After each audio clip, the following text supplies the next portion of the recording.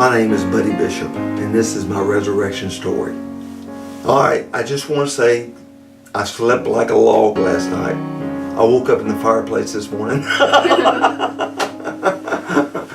I was born in Detroit, Michigan.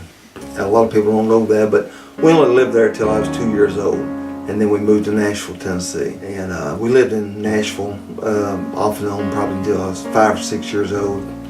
And then we moved to Waverly. My mother and father, Orville and Pat Bishop, great people. And I had a brother and I have a brother and sister. We had a nice life, and a very humble life, but a very nice life. Some people remember the exact day they were saved. I don't remember the exact day, but I remember I was about 13 years old, and we went to a little church out at Bellevue, out Turkey Creek area, and this was one of the old time churches. A big crowd was 30 people. Preacher at the time there was Augusta Steppe, and she was Brother John Adams' half sister. But I do remember distinctly that she had a service one Sunday and asked, if anybody would like to be saved or come up and give their hearts to Christ. So several people went. My dad went, and I got up and followed in his footsteps. I ended up. A lot of people don't know this about me because I am so all over the place. I'm so lively and everything. But I actually had a stroke, and it kind of wore me out. For 2 years there, I mean, I had to learn how to walk again. I'm still learning how to talk, and it just really wore me out. And it turned out that I had the stroke, but the reason I had the stroke was attributed to a leaking heart valve that I didn't know I had. But as it turns out, I had to get that heart valve replaced too. Now my doctor, I have a super doctor, Dr. Byron Hides, is my cardiologist in Nashville. And my biggest complaint, I guess, was my daughter's so little and I'm going to take her to Disney World. You know how everybody goes to Disney World, and we want to take her. And he said, you'll get to. He said, what we're going to do is on your heart valve, we'll replace that, but there's no damage to your heart. So we're going to wait a little while. And we'll give it maybe 3 years. And I said, great. So I got my hopes up. We went to Disney World. We came back. Everything was great.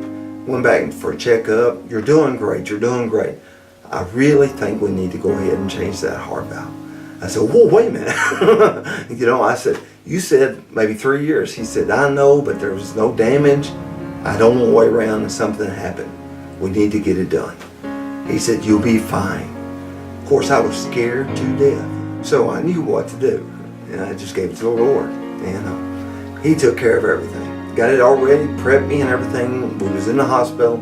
And it turns out I went in surgery, and whenever I come out of surgery, the surgeon made the decision to put a cow valve in because my heart was enlarged. It was so big.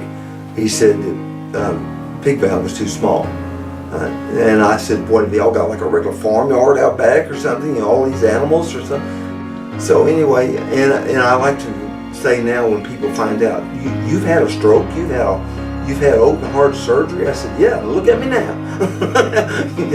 And thank the Lord that I've got to enjoy my daughter's childhood.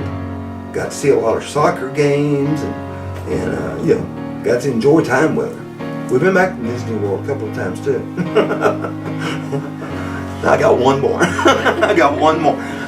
This guy came in McDonald's the other day, and he walks in and he has one red shoe on. I said, hey buddy, what happened? Did you lose a shoe? He said, no, found one. I'd like to mention some people that the Lord has kind of put into my life to get me where I am today. First off, of course, is Sister Steppe, Ovaline Hooper. And when I came to this church, Brother Larry McGranahan was the preacher here then, the pastor here. And he made a huge impact on my life. And I know good and well that my wife has taken care of me and put up with a lot of stuff from me.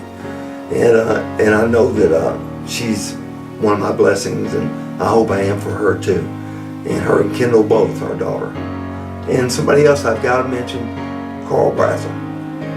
Carl has been with me through thick and thin, and whenever I had my stroke and was getting better, he'd come over to the house every day and walk me up and down the neighborhood.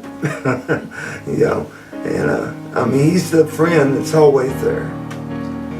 My spiritual life today is I feel like it's comfortable.